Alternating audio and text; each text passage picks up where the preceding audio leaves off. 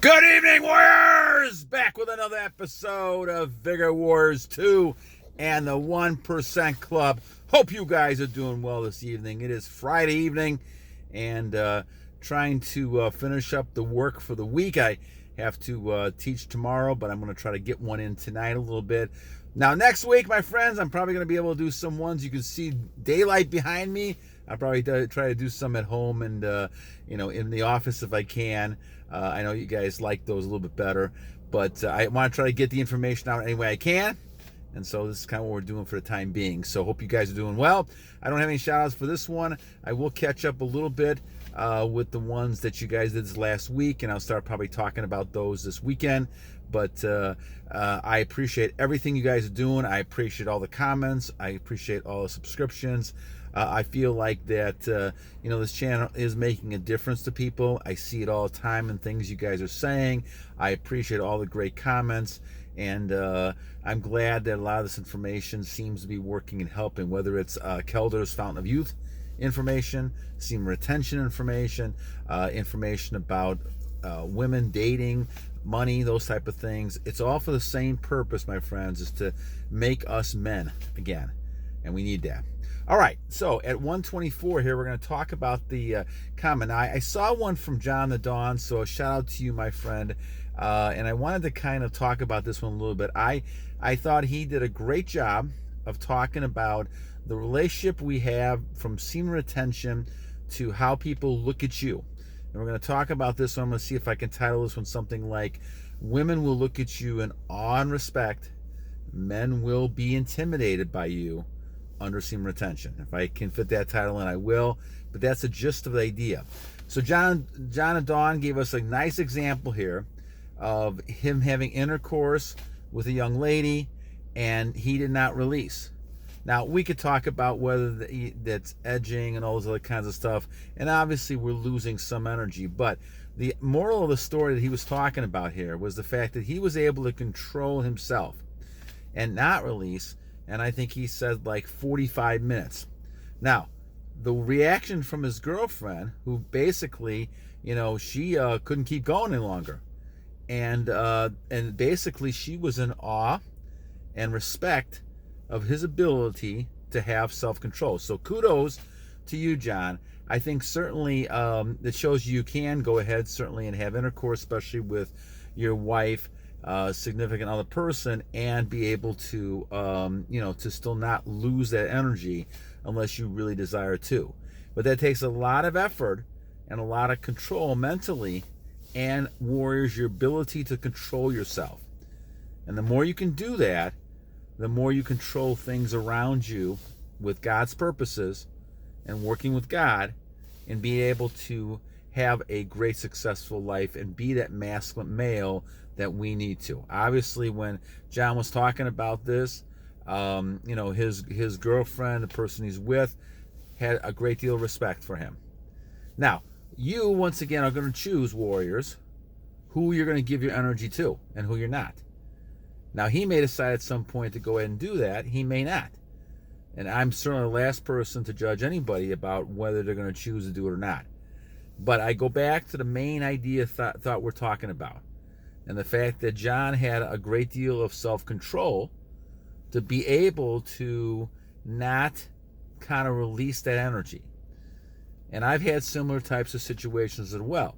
Now, the key is, my friends, is to understand how important this energy is. Now, women will respect you a great deal because society teaches us to be out of control. And this is what I talk about when I talk about the society is trying to demasculate men. Because what they're trying to do is make us become very weak. Now, for what end? Well, you can probably just imagine, right? If we have a whole country or an army of beta males, boy, any other country can come in and invade us and take us over within days. Because we have nobody that has any kind of guts. We have a lot of simps, beta males, who don't know how to be tough, who don't know how to be masculine, and they're not going to fight. They're not going to provide. They're not going to protect. They're going to hold right in a corner or be a victim or something else.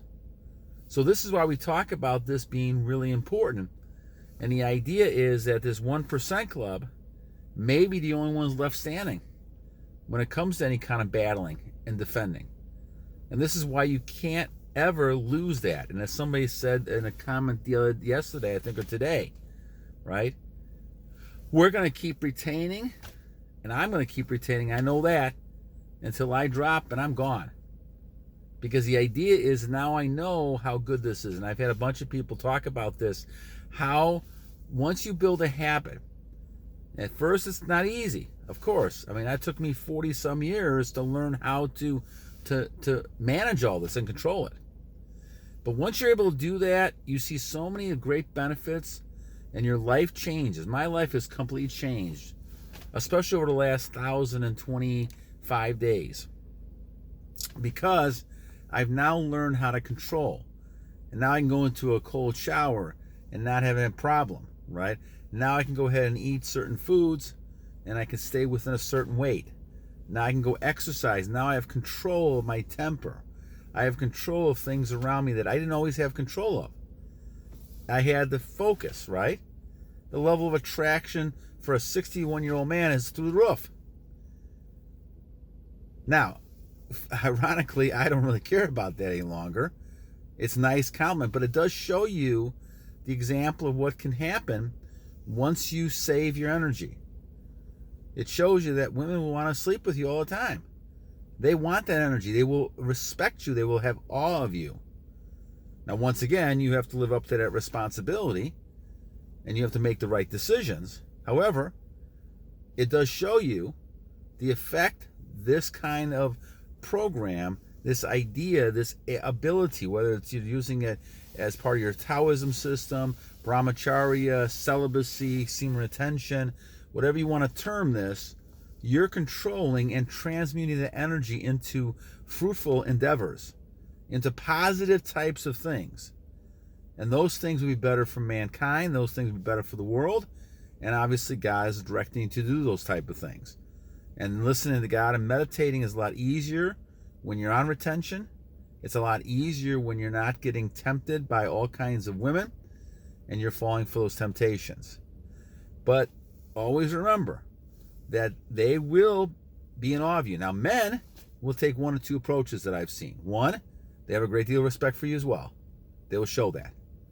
Others will actually be upset because they can't handle your aura. They can't handle your energy. All of a sudden, now you're bigger than life. You stand out. Now, I can't really tell that because I don't see myself that like that. But others will say, you stand out, and there's some people who just don't like me.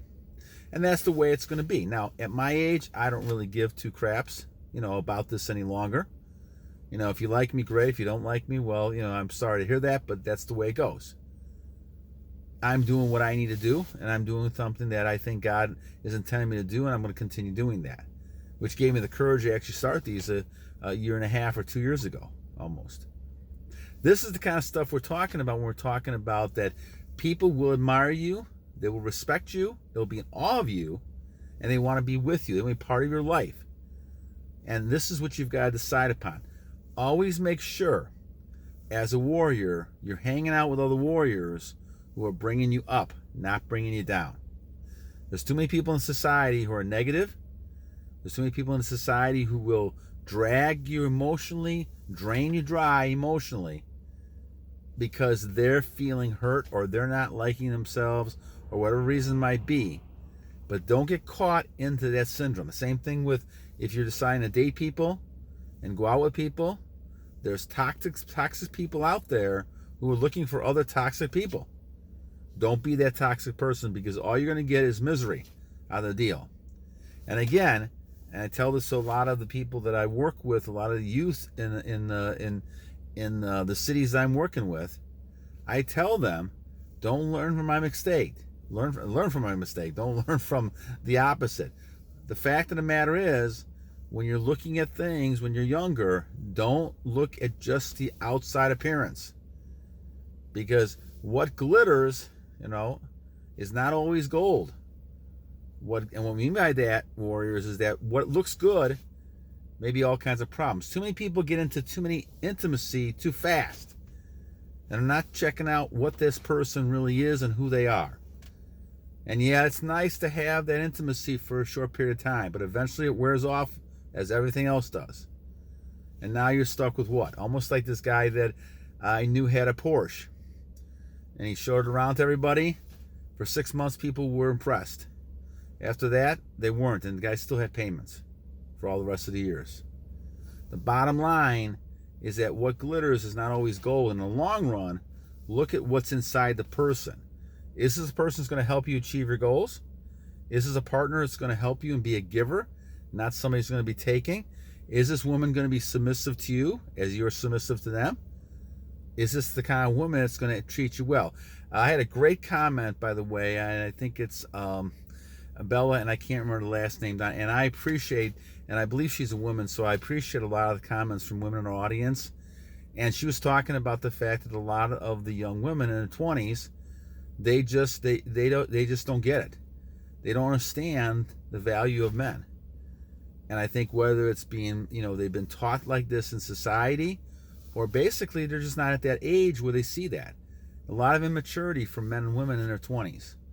But what ends up happening is there's a lot of intimacy going on, and they're not getting to know people. And by the time they get to the 30s, right, the proverbial wall is hit, and all of a sudden they're looking for relationships, and they don't know how to have a relationship. Or they can't have trust because they're focusing too much on all the people they've slept with. And this kind of stuff. Remember, guys, this is a trap that's waiting for you to get into it. It's one of those claw traps that they're waiting to grab you in. The fact of the matter is, whether you're a woman or a man, sleeping with people loses energy, and on top of that, could lose your soul.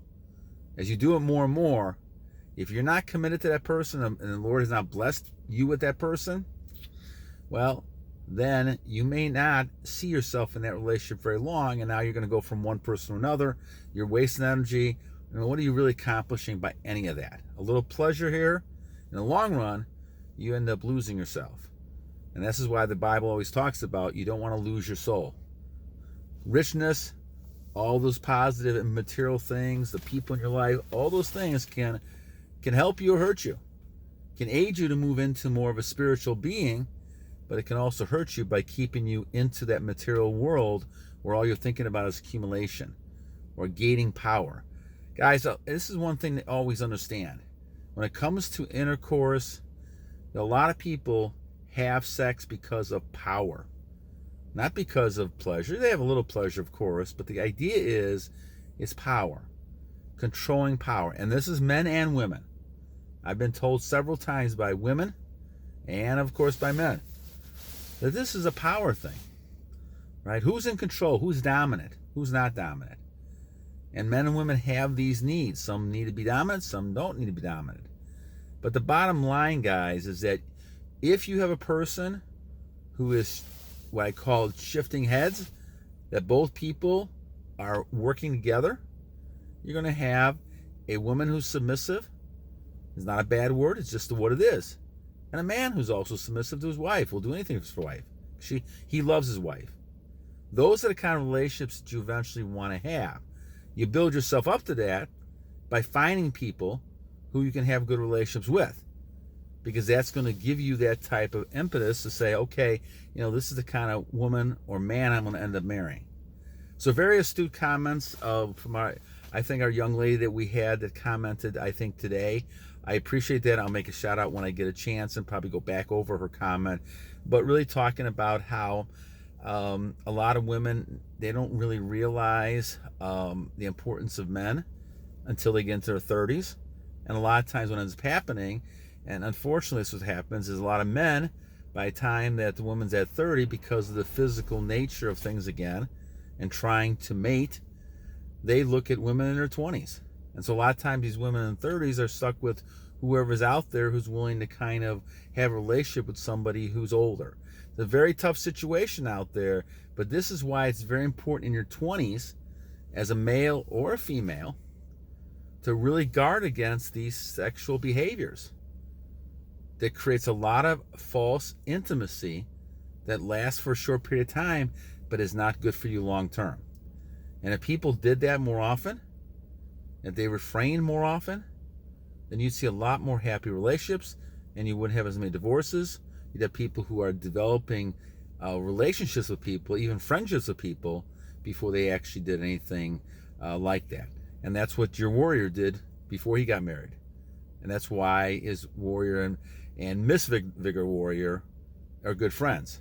After we, engaged for a year and a half and didn't do anything until we got married.